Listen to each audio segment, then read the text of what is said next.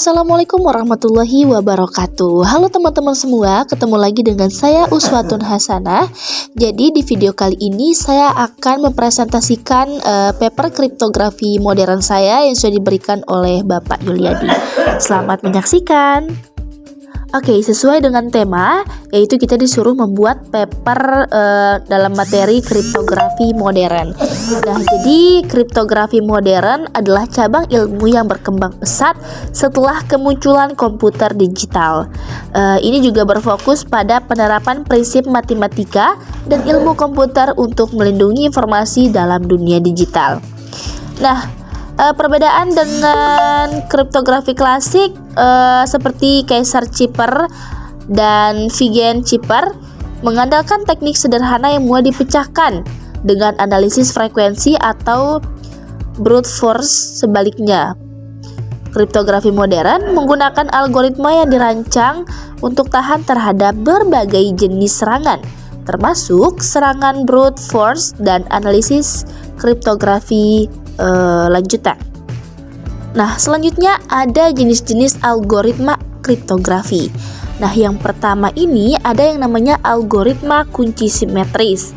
Nah, algoritma ini menggunakan satu kunci yang sama untuk proses enskripsi dan deskripsi.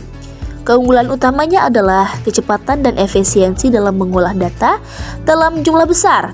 Namun, tantangan utamanya terletak pada distribusi kunci yang aman kepada pihak yang berwenang. Adapun contoh-contohnya saya akan sebutkan ya teman-teman ya. Jadi yang pertama ada AES atau Advanced Encryption Standard, yaitu standar enskripsi yang digunakan secara luas untuk melindungi data yang sensitif. Kemudian ada juga DES atau Data Encryption Standard. Ini juga algoritma enskripsi blok yang sebelumnya menjadi standar, namun kini dianggap kurang aman. Nah, yang kedua ada yang namanya algoritma kunci asimetris. Ini juga dikenal sebagai kriptografi kunci publik.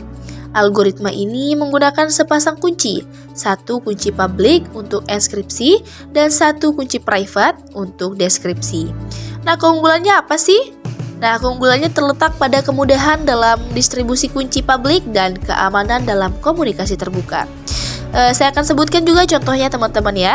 Jadi ada yang namanya RSA atau Reset Samir Adleman, yaitu algoritma yang banyak digunakan untuk enskripsi data dan digital signature. Kemudian ada DSA, yaitu Digital Signature Algorithm.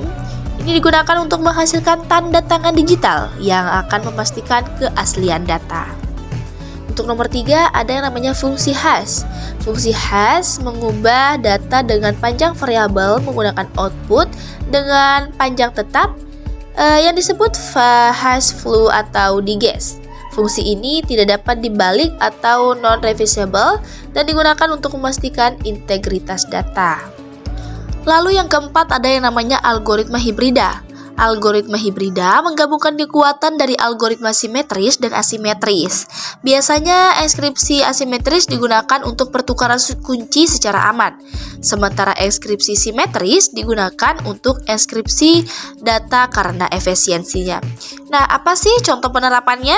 Nah, contoh penerapannya salah satunya yaitu SSL atau TLS, bisa disebut dengan Secure Socket Layer atau Transport Layer Security.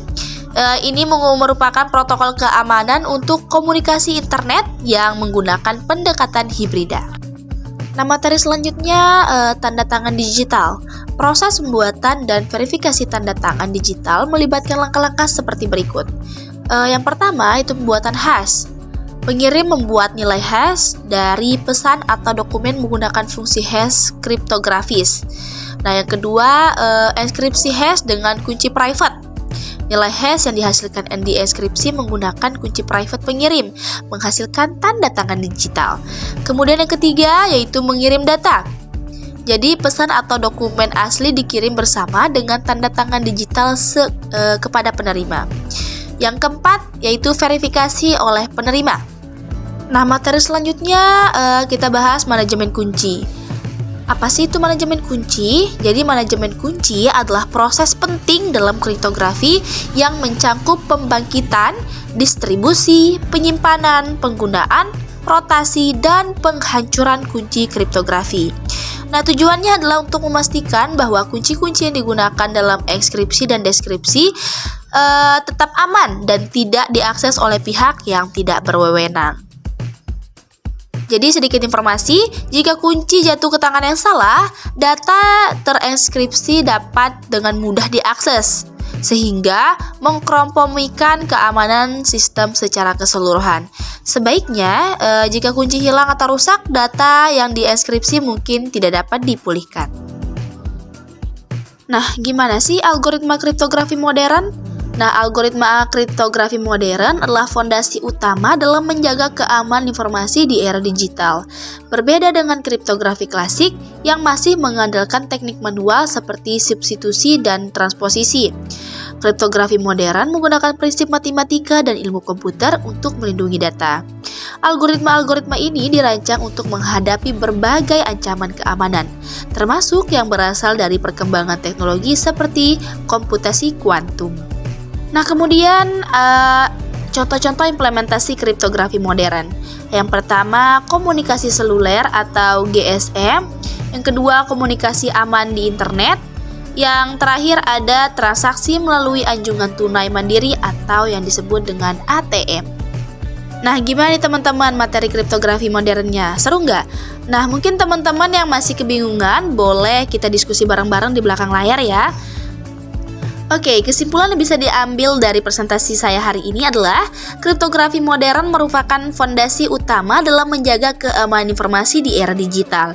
Dengan memanfaatkan prinsip-prinsip matematika dan algoritma komputer, kriptografi modern memastikan bahwa data tetap terlindungi dari akses yang tidak sah.